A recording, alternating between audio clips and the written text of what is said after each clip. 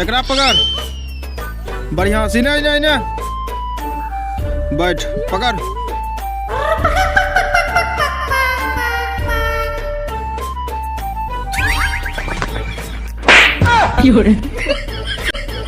हम अहाँ के छोट भाई बिल्ला कुमार जी छी।